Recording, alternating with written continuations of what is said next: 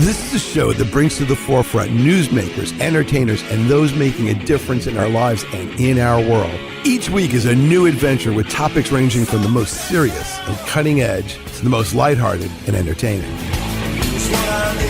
This is Taking Care of Business with Richard Solomon. Greetings, everyone. Richard Solomon, Antonio Saillant. We got another really cool week. This week, we're talking on Rocket Green Radio, a co-production with Taking Care of Business, with Christina, Mathieson. And we're going to what we're talking about? Solar energy. Yeah, solar energy. Our misunderstood friend, as they say.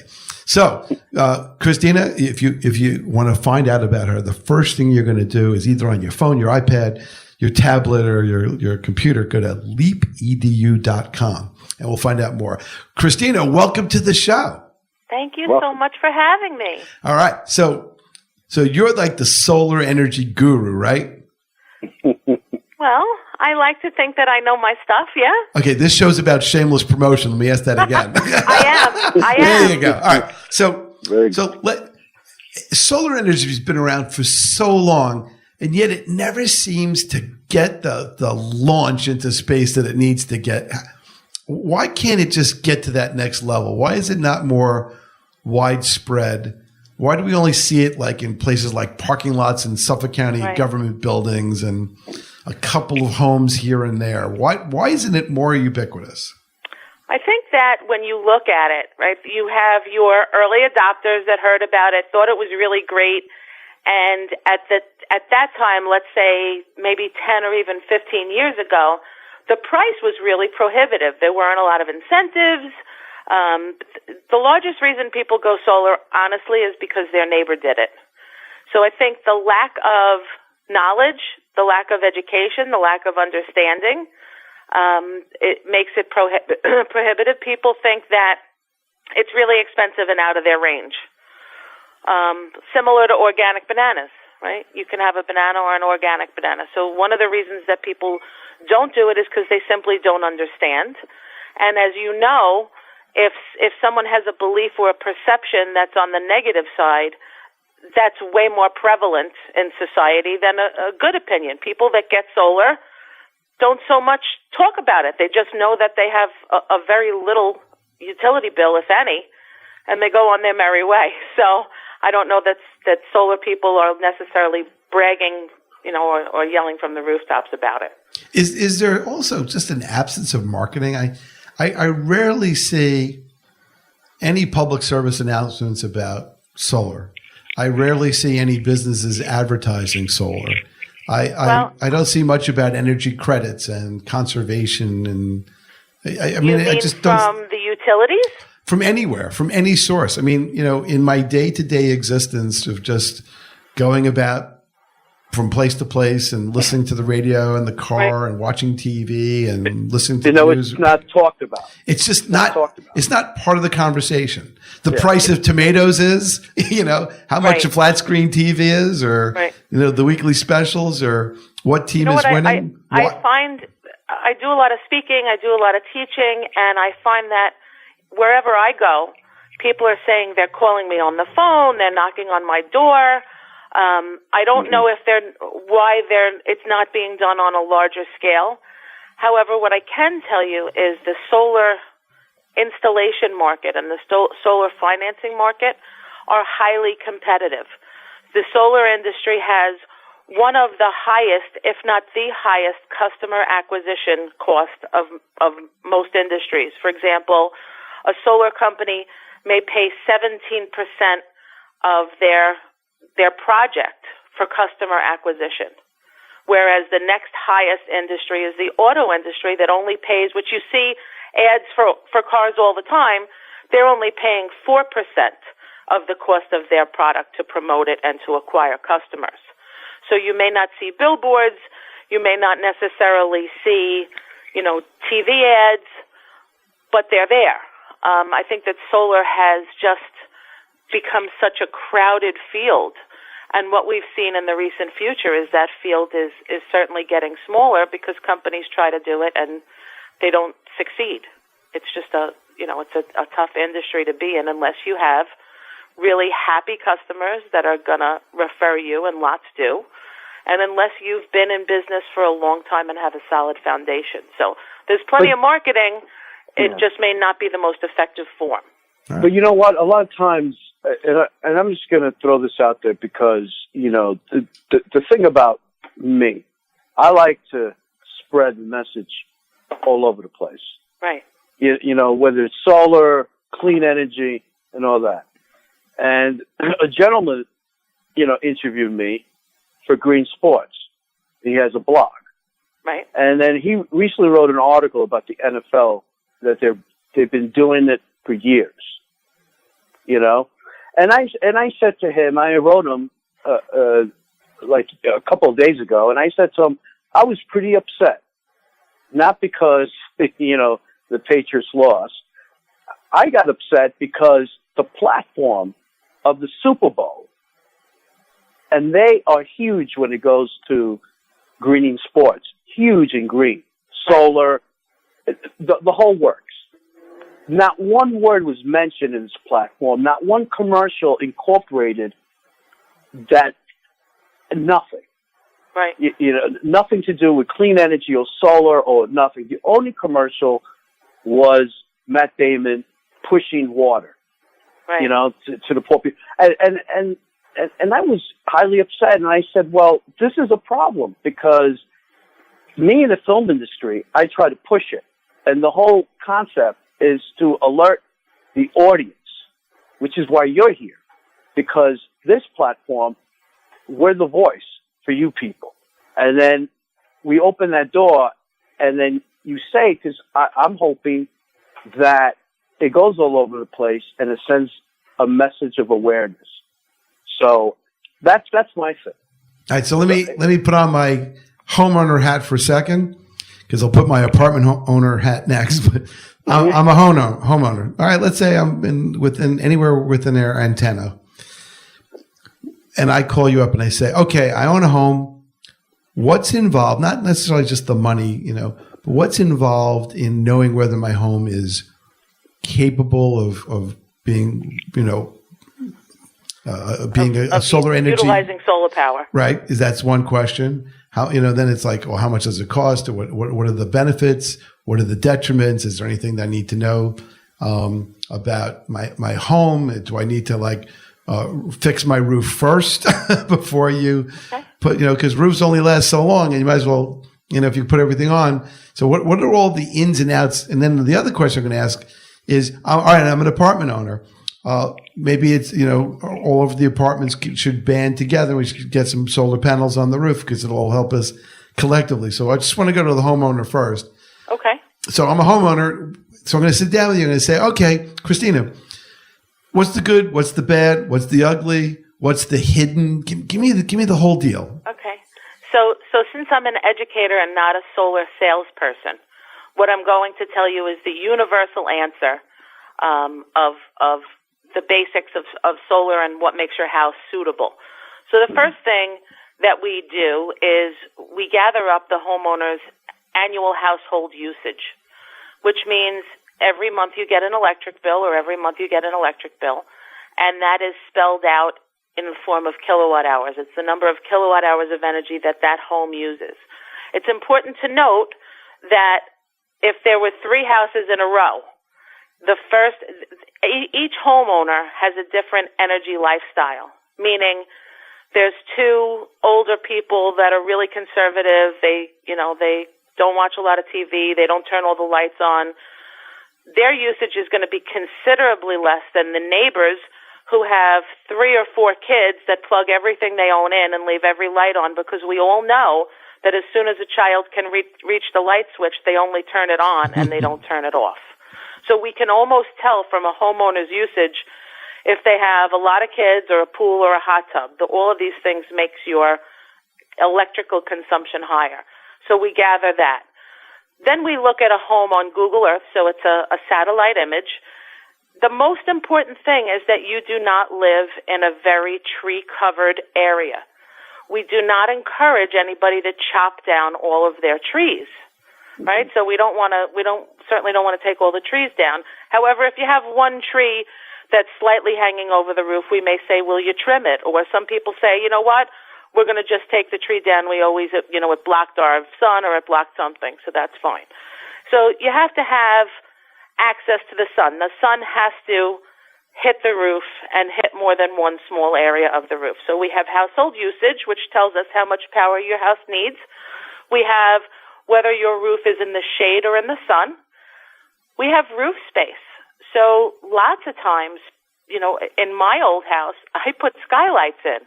Now when I look at skylights, since I'm in solar, it's almost like you stole our roof space. That is the most valuable real estate because solar is a revenue-producing asset, meaning that in particularly if you own it, that solar will produce energy for 25 to 40 years, depending on the panels. So you have to have a considerable amount of roof space. A house with less usage will need less panels. So roof space we look for. We also look for the orientation of the roof. So that means we want to see which direction your home faces. If your home has you have two roof planes. So let's just say you have, there are not four planes. Let's say there are two, an east and west or a north and south. That's one type of house.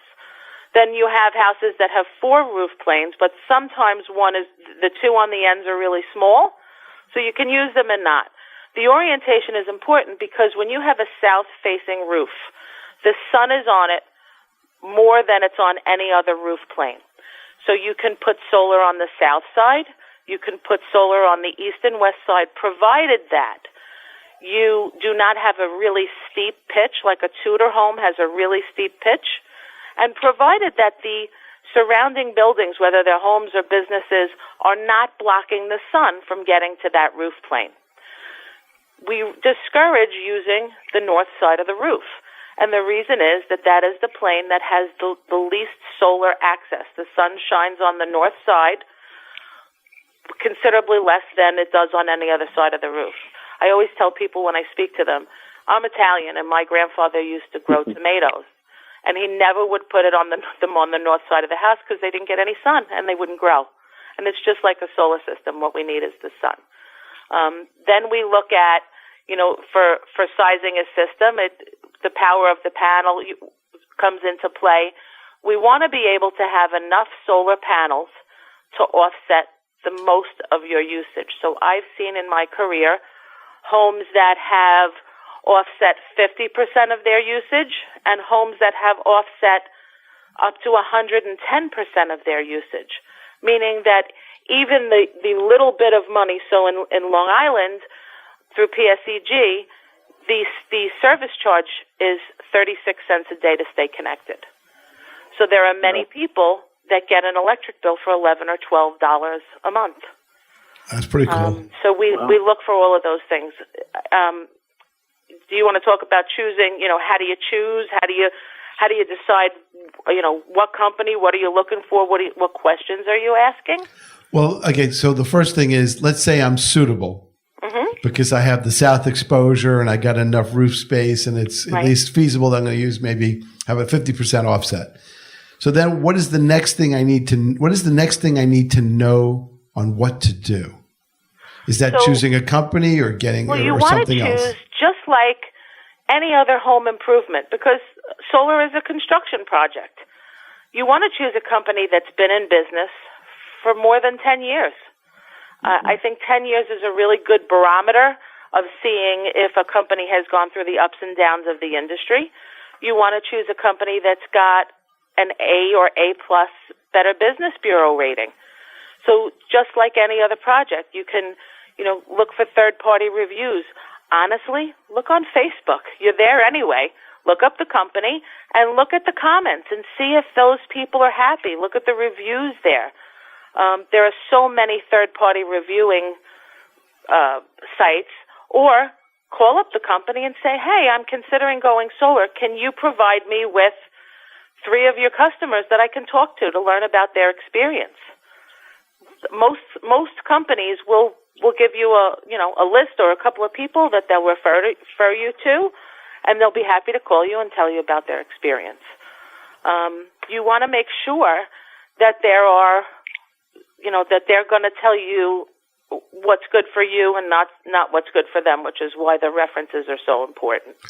So you would call these companies, they would do satellite imaging, they would take your usage, they can do it from the roof, measure your house.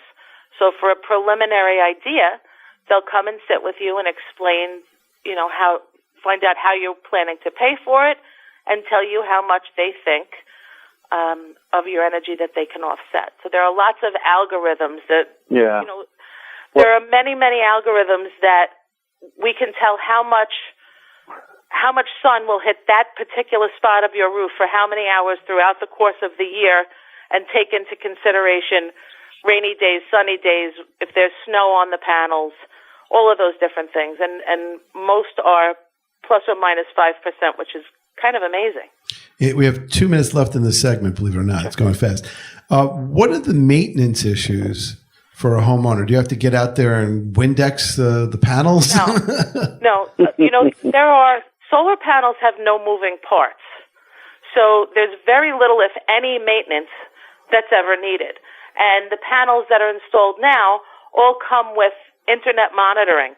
So you can, throughout the course of the day, see how your panels are doing. And if on the off chance, it's very rare, but on the off chance that there's something odd or something that one panel is producing considerably less than the other, you can see it. You can call the company. And that's why you want to check those references, because those companies will come right out, take a look, swap out your panel, do everything for you. And that's why a local installer is best, because they're right there. Okay. All right. So we only have like a minute. So this is Richard Solomon. This is Antonio Saillant. Our very special guest is Christina Mathieson, and you can look her up on the internet at leapedu.com. They're the solar energy experts, and we're talking about solar energy. And when we come back, we're going to talk about a number of different issues.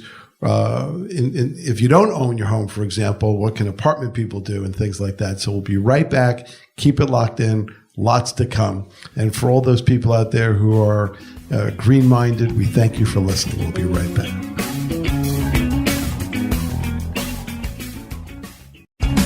Hi, this is the Great Thordini. You're listening to Richard Solomon on 88.1 FM WCWP. Welcome back, everybody. Richard Solomon, Antonio Saillant, Rocket Green Radio, and Taking Care of Business. This is the show where we really talk about great environmental issues, and we speak to eco-pioneers. One of today's eco-pioneers is Christina Mathieson. So, Antonio, before this segment started, there was a question that was pending. Kind of, that's how we say in the law. There was a question pending on home ownership and value.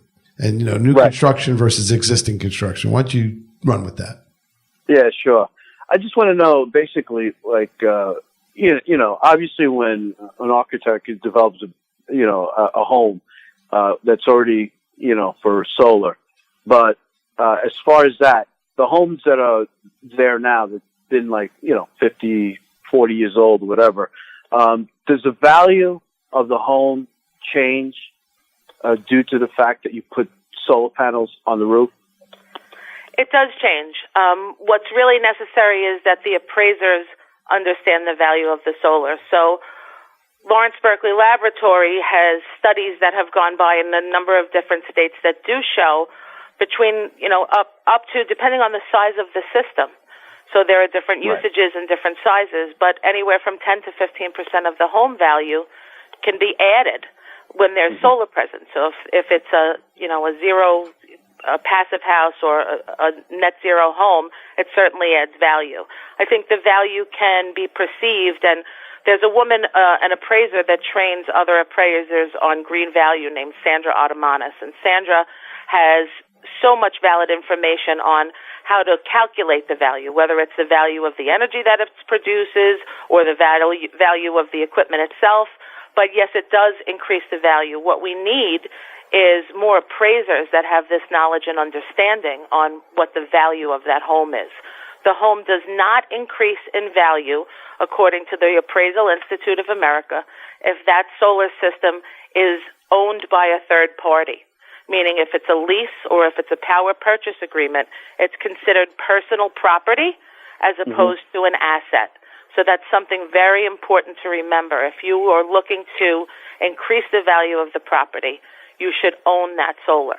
Doesn't mean you have to lay out all the money. You can finance it, but that you retain the ownership. Wow. Okay. Now, does it take away from the look of the house? No. Solar panels properly installed right. can have the conduit run, under the top part of the attic, or right, wherever it's convenient that you don't see any wires or cables. And properly installed, the panels are symmetrical. You can even get black panels if you have a black roof. It almost looks like glass on the top of a coffee table. When it's improperly installed, and that's another reason that you want to make sure that that company has been in business for a long time, they know all the ins and outs and shortcuts, not shortcuts in terms of how to get out of there quick, but how to really install properly and efficiently with a beautiful aesthetic to it. Well, one question I have, and I kind of talked about this before, roofs only last for so long before you have to replace them.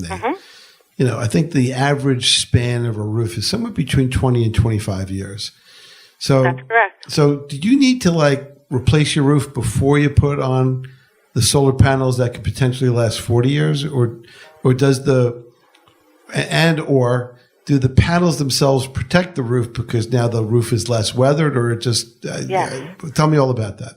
So the rule of thumb is that once a wonderful company comes and gives you a measurement and a proposal, they're going to come and send a human up to your roof, and they're going to look at it, and they're going to make sure that you don't, the best is to have one layer of roofing. Depends on where you are. Some companies will install on two, but ideally it's one layer of roofing.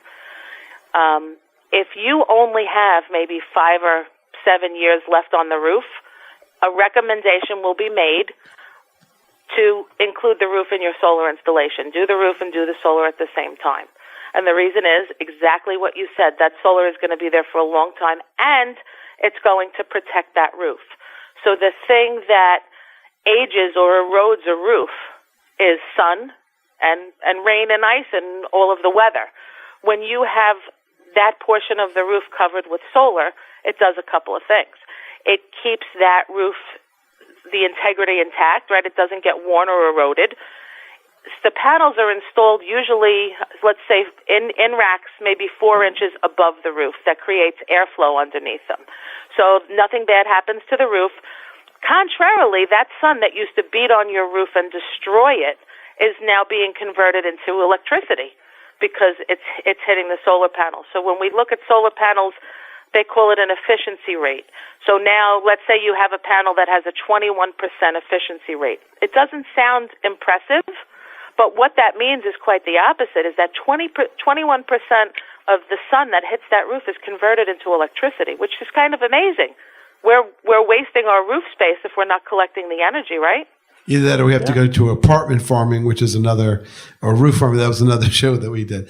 So I'm going to reveal that I actually know a little bit about construction. So I'm going to ask you about roof penetrations. Okay. I know that the more penetrations you have into a surface, the more it's compromised and the more there's the ability for leaks to be generated. Right. How does that work with solar panels? So solar panels are installed. There's flashing that's used. So there are special precautions that are taken that when the roof is penetrated, it is totally surrounded and it makes it impossible for any water, any leak, anything to happen. And the penetrations are done into the structure of the house. So it's sealed, it's done, and that flashing is adds additional protection to that home to make sure that you don't get any leaks. So of the couple thousand installations that I've been a part of, I want to say 99.5% of them don't have a problem. Okay. Well, that's a good statistic. Yeah. All right. So now let's shift gears. Okay. I'm the head of the condo board, or I'm a part of a co-op. Right. And president of the co-op. And now I say, maybe it's a good idea to go solar. So I call you up and I say, is solar right for us? As opposed to is solar right for me? Is solar right for us? What is the analytical structure on that call? So you're looking at a vertical condo or co-op, so your typical New York City building, let's say it's 5 floors or more, the electrical consumption by all of the residents will probably be greater than the amount of energy you can make on that roof, for the simple fact that the footprint of that roof is it's small. And in New York City, and even in the municipalities on Long Island, there are fire department regulations. So let's say in New York City, you're required to leave, 3 feet on 2 access areas. So you're looking at a rectangle. One of the short sides and one of the long sides is usually exposed. You need 3 feet from that. If it's a flat roof that has a hatch, which is the roof access, you need to leave 3 feet around that. So it leaves very little space, depending on how, the average building. So if you have a really big space, you could probably offset some of the common load, meaning the electricity for the hallways and the laundry room and the exterior. It's really a case-dependent scenario. And another thing that we've encountered in the past is whenever there's a co-op or a condo, you usually need the majority, if not all of the residents, dependent on the bylaws of that building association. Everybody's got to agree. As in most other things, when does everybody agree? And that has been, as silly as it sounds, that has been something that has been prohibitive to get some of this done. So it's lack of education and understanding, and some people just don't like new things. Now, I gotta ask a wacky question. Do it. Can you put solar panels on the side of a building as opposed to the roof? Well, like we talked about earlier, you have to have access of the sun. You have to have, the sun's got to bake on those. So I've seen solar panels on the side of some buildings that are directly facing south and that are installed properly. But when the sun, when the sun isn't kind of near there, when the panels are on the roof at an angle, you do get more days of sunlight, but that's not to say you shouldn't put them on the side of the building. I'm positive it's a more difficult installation, but it absolutely can be done. And we see, innovative products that are designed specifically for that. I think the tried and true method is the roof or the ground, but it depends how the engineering firm that's doing it feels about it, and how you're going to look at the functionality, and you're going to look at, from a financial point of view, what kind of benefit is this going to create for us? How many hours of sun are we going to have? How much space do we have? And how is it going to work out financially? If it's a benefit, good, but you still have to have the visionary, and you have to have the buy-in of all of the residents if that's included in the bylaws. Fascinating stuff. So what are the courses that you teach focus on? Is it only real estate professionals, or is it homeowners and apartment people and attorneys and title companies? Who's your target audience for the moment, and what is your audience going to be hopefully expanded to include? Well, right now, the course that I wrote is Solar 101, What Every Real Estate Professional Should Know. It's a funny story how I came about this. So, we love stories. We love stories. You love stories. I was the VP of marketing for a large solar company, and I really I felt that people don't understand this, and simply, this is such a great thing. Why are people not knocking on the door at 8 o'clock in the morning when we open up saying, hey, I'm ready, let's go put this on my house? So I thought, well, let me do some outreach in the community to real estate professionals and explain this to them and tell them how it works. What I didn't expect to happen was that they were going to teach me what their challenges were. And when I learned this, I realized that the solar people had never reached out to the real estate people. And we know real estate, what's their biggest thing? They know how to work money, how to finance things, what's creative and what works and what doesn't. So the solar people had never really gotten involved with real estate on a large scale, and real estate really hadn't taken too much interest in solar. It's kind of new.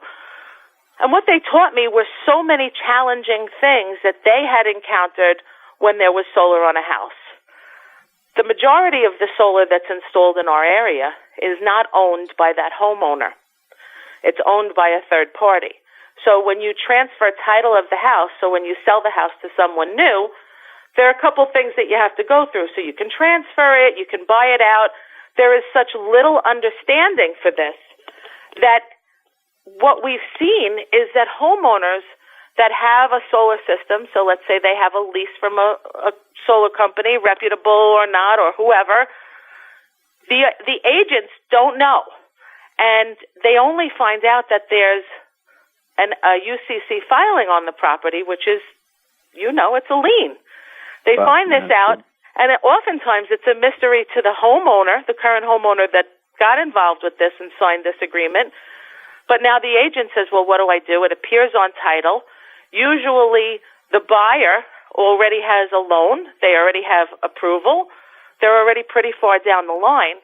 And what we started to see was that it was busting their deals. They couldn't, the buyer was like, oh no, this is a big speed bump. Maybe I'll find another house. And the real estate professionals are really required by law to disclose every detail of the property. However, no one ever taught them how to do this. So I wrote this course, and I had it approved for continuing ed credits, and I teach it through LEAP EDU, who now has Green EDU, focused on solar energy and energy efficiency and getting that education out to real estate professionals. So we include attorneys, title companies, mortgage companies, the whole gamut, because every single one of those is involved in a sales transaction for a home. So it's important that they have that education. Not, oh, well, I heard, oh, well, no. I've heard of instances where everything was fine, and then at the closing table, the buyer's attorney finds out that there's this lease on the house, so maybe there isn't even a lien. Maybe it's just a lease and it comes up at the last minute. I've heard of several instances where, because of the lack of understanding of all of the players, that the seller has been required to leave $30,000 or $40,000 in escrow until they sort it out. That's completely unnecessary. All of these things, once known, can be taken care of in the beginning, whether the homeowner owns the solar, which is, a lot less of an issue or a challenge. But all of these, with the proper training, simple, what to look for, can avoid all of these troubles.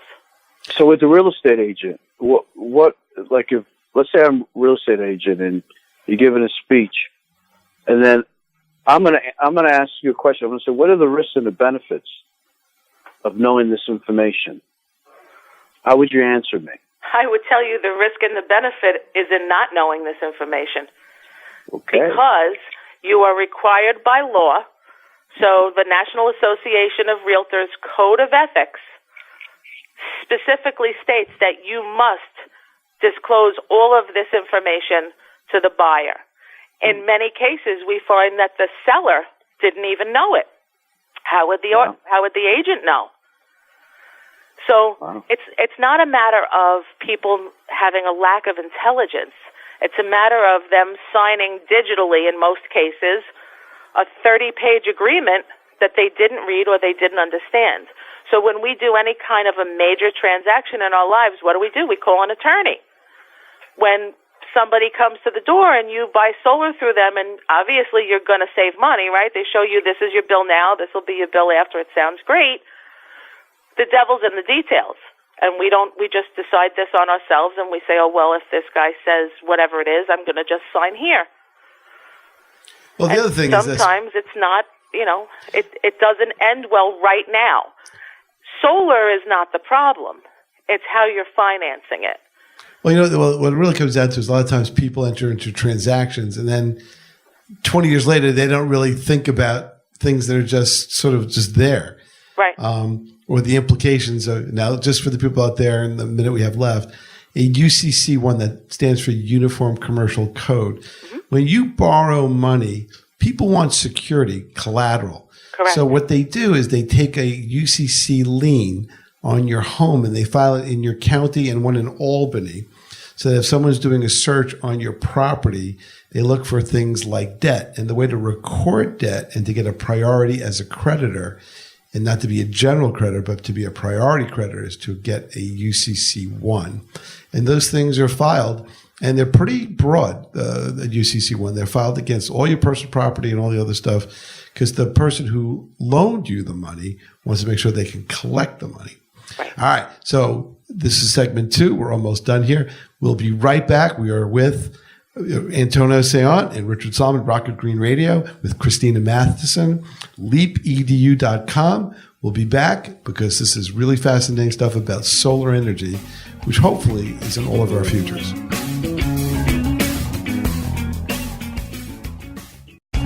Hi, this is Anastasia Zotos from Athens, Greece, and we listen to Richard Solomon on our computers, and we love it. All right, welcome back, everybody. Thank you for staying with us. This is Richard Solomon, your host of Taking Care of Business with Antonio Saillant, the host of Rocket Green Radio. And this is our co-production where we get together and talk about saving the environment and being green and bringing eco-pioneers to the forefront. So today's eco-pioneer is Christina Mathieson, leapedu.com. So right now, people are just dying to talk to you. How do they get in touch with you? They can email me at cmathieson, Mathieson, at getcleanenergyny.com. All right. And then we'll if in case you're driving, don't worry about pulling over and writing it down. We'll post it on our social media so that you'll have the email access to it. Okay. So our I guess our topic for this segment is going to focus a little bit about energy efficiency, because that's also something that's sort of either not understood well enough or overlooked, because it's not just a matter of shutting off lights or using appliances in the middle of the night or things like that. Right. So tell us, what are the secrets to true energy conservation, to true energy savings? True energy savings is just using less. So we can certainly offset plenty of your usage with renewables, but you can still use less before you go solar or after. So, for example, one of the biggest consumers in a home is a light bulb. So many people have these beautiful, powerful hi-hats in their kitchen. They have architectural lighting. Many people have finished basements with the hi-hats in there, and oftentimes they're 100 watts each. If you leave them on, or even if you use them, they burn a lot of electricity. There are so many beautiful lighting fixtures, and there are programs, in everybody's municipality that will offer a discount for LED bulbs. They are not like they used to be. They used to be ugly. The light wasn't beautiful. Plenty of people have told me, well, I don't like how it looks. They're beautiful now. You can't tell the difference. However, from a kilowatt perspective, so let's just call it cups, right? The average light bulb uses a cup of energy. If you switch out to an LED bulb, it may use half an ounce of energy. And although that seems hard to believe, it's true. And when you take into consideration the number of light bulbs you have in your house, most people don't count them. So on average, it's about 20% of our annual electric usage. The next thing is however we heat and cool our property. So you find that in a cooler environment, we have to heat our homes more, and in a warmer environment, we have to cool our homes more. When we save the most in the New York area are the times that we can open the windows and close the windows, and we don't need heat and we don't need air conditioning. You see a dip in people's electrical usage then. Mm-hmm. There are things like, for a pool, you can get a variable speed pump instead of a pump that goes 24 hours a day. You can set those.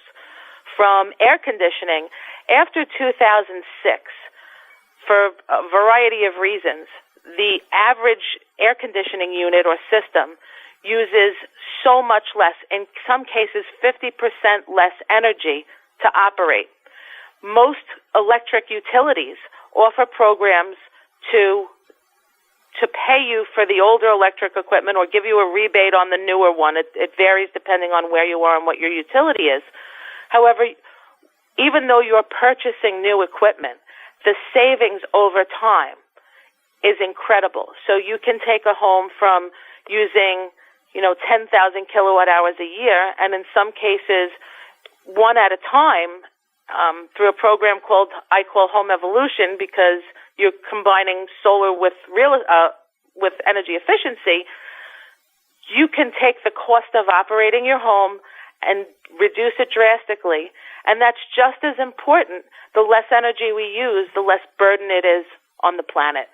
So for the first time in a very, very long time, the green of the dollar is just as valid as the green of the earth. It used to be more, it cost you money to do this, and it doesn't anymore. So in the state of New York, we have a mandate from the governor's office called Rev 2030, Reforming the Energy Vision, that mandates that utilities incentivize homeowners and anybody that lives anywhere with light bulbs to use less power. Depending on, the income levels, there's always discounts and rebates, and everyone should check with their utility to see what kind of incentives they can get for that. All right. So how would I go about doing either an energy audit to find out where, in other words, what do I need to do to get that happening? You can go to the website of Con Ed, PSEG, or whatever the electrical utility is in your area. And even National Grid does electric in some places and does gas in other places. All of them have programs that will reduce either the electricity, the gas, whatever it is. Let's also talk about an oil to gas conversion, which some people think is a fortune. Oftentimes, through utility programs or state incentives, a good portion of the cost of that can be incentivized, and the savings over time are really, really worthwhile. Why is it important to convert from oil to gas? Well, oil is a very, very dirty fuel, and it's very expensive. Mm-hmm. The challenge that some people have, depending on where they live, is that gas isn't available. The framework and the underground plumbing is just not there. So it's a dirty fuel. It's more expensive, and gas just burns cleaner. It's better for everyone involved. Cool. All right. So when I buy appliances, washing machines, refrigerators, what do I need to know as opposed to the finish and how right. how expensive or thrifty it is? There's a sticker on every appliance that gives you an Energy Star rating. Could you say that a little bit more detail? What does that mean, and how significant is it, and do people really use it? People do really use it. So there's a sticker on every appliance that tells you what the rating is. You can go to the U.S. Department of Energy's website. They have great energy efficiency options, and they explain it for every appliance. You want to look at those stickers, but before you go shopping, do a little web investigation on Energy Star and how it can best help you. You want to have the most efficient, and efficient means refrigerator A will cost you $482 worth of electricity, let's say, a year. An Energy Star efficient refrigerator may cost you $280 a year. You want the one that gives you all that you want, but costs the least to run, and that's the purpose of Energy Star. To what extent are builders, developers looking at these things? Well, the homeowners now and the people that buy new construction homes are looking for the most efficient, the most comfortable. One of the things that people don't understand about efficiency, oftentimes it's insulation.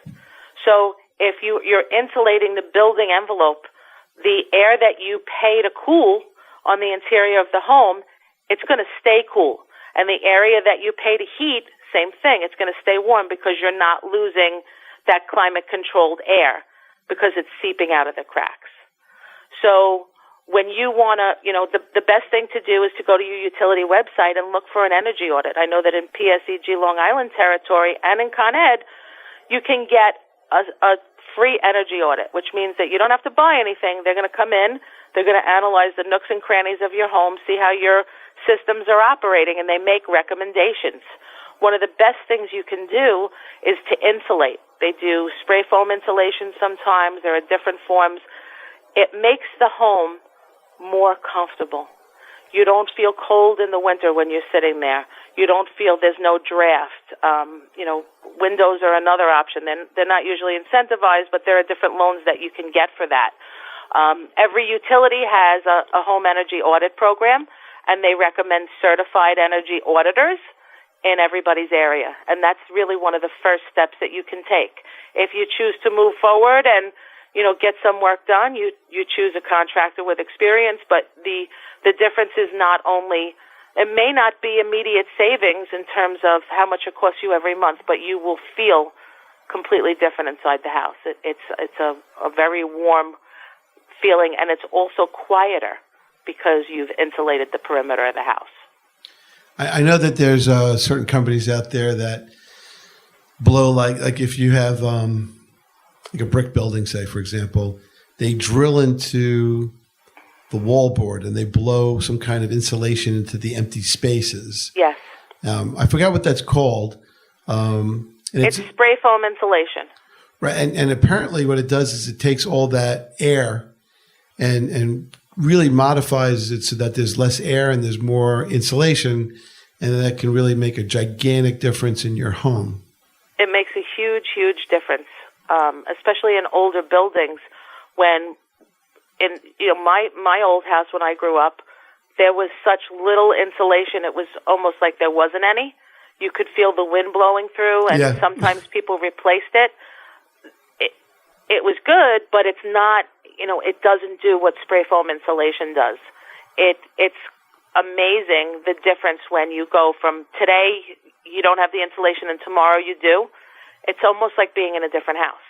It feels different. It's just comfortable. What about windows? When we grew up, there were mighty thin windows out there. Yes. and not and not well sealed. Right. What do we see now? So you see different forms of different companies have different products. There are some that, they will tell you it's not, the window is important and you want at least double pane windows. You want something in between those that's going to be a barrier from the cold to the hot. Different companies offer different products. I think one of the issues that's of concern with windows is, for example, if you have a vinyl window, if you live in a place like New York with extreme cold and extreme heat, that vinyl will expand and contract, and it's not necessarily the window, but the seal that goes bad because of the change of the actual material itself. So that's something definitely to investigate. Different companies have different products that they use. Sometimes the window is open without you wanting it to be open, and the air is coming in or going out. So that's a huge piece of having that comfort in the home. If there's cold air coming in when you're trying to heat it, obviously you're going to pay more for heat because it's going out the window. What about drapes and blinds? Drapes and blinds, it depends on, if you have good windows, you don't need such drapes, such thick drapes and blinds. Different companies make different ones, and you can find out if you have air really blowing through your windows, I would definitely recommend sealing them. So there are different ways to do it. I know if you go to a home improvement store, they have window seals that are almost look like plastic wrap that we use in the kitchen. They seal over the windows and they'll keep that draft out. Always the best solution is to replace those windows or to recaulk them. Speak to an expert and get plenty of ideas and see what's best for you. All right. In terms of energy efficiency, how do you feel about generators and all those other things that people have for the hurricanes and things like that, or that's just ancillary? I mean, that's ancillary. I think that's just for emergencies. So if you live in an area where you have a lot of storms or you have problems with sporadic outages from your utility, that's certainly something to consider. If it's not something that we normally have, that's a personal decision. I mean, if it depends on what the homeowner's needs are. When you have a generator, it has to be really big to power the whole house. So you have to. It sounds silly, but you have to have a place that you can have it live. Whether it's in your, it's got to be outside, so it's got to be in your yard. For some people, it's just not a doable thing. I think that's more for prevention in the case of emergency, but it's certainly not something efficient. Gotcha. Unless it's a solar battery, and I think that my personal opinion is that batteries right now are good. They're like the iPod. And in a very short time, because some really smart people are working on this, those batteries are going to come down in price and they're going to go up in capacity. So however many years ago we got iPods and then we got iPhones, and now the phones that we have are so powerful and they do so many things. So I think that a battery is a great idea. I just don't know, for me personally, I may wait just a little while to get a little bit more. That technology is considerably newer than solar technology, which is, it's at least 28 or 30 years old. The same concept. The only difference is that our panels are more efficient. However, those original panels are still useful. They're still generating power for the most part. Sure, I heard that Jimmy Carter had, when he was president, he had solar panels on top of the White House. So he did, and I don't know if they ever finished them, but I know that maybe 10 years ago, I have the data. President Obama put the solar back on the roof, so it's a 10K system. That's true. Who was the next president after Carter? Was it Reagan? That's not my expertise. I could Google it, but I don't want to say the wrong thing. Whoever the next president, removed them. Right. I like that. But one thing I've noticed though, since those days, if you notice, like you look at the average house from like 1950, you had one television, one lamp, hardline phone, and you didn't need that many electrical outlets. Now you have, multiple phones with cordless, with cell phones that need to be recharged, VCRs, alarm clocks that, everything. So, and then everybody in the house has their own cell phone. They all need to be charged. We all used to fight over one phone, remember? And there was busy signals at one point, remember? But I think overall, because I got into an argument one time when I was talking to a friend of mine, and the guy overheard me. He goes, "Man, you guys aren't saving energy. Look at Times Square. The lights are on all the time." And then I had to give him a history lesson. I said, way back in the old days, all those signs used 1,000-watt light bulbs. Right. Do you know the money that was spent to change those light bulbs and the money, electricity, period? And now look, it's all LEDs. Right. You're saving a lot of money. A lot of people, they don't realize that, the interesting new way to think about, energy efficiency. And, it was a study done a while back, from Virginia Polytechnic we only have 1 minute. Institute. And they say it takes between 3,000 gallons and 6,000 gallons of water to power a 60-watt incandescent bulb for 12 hours a day in the course of 1 year. That's your selling pitch. We need to leave it there. All righty. For all those out there who are listening, thanks for being with us. leapedu.com is the website. If you need to send an email and to follow up, you can always send it to us, and we'll be glad to forward it. Thank you for listening. Stay green. Be well. We'll see you in a week. Thanks for listening.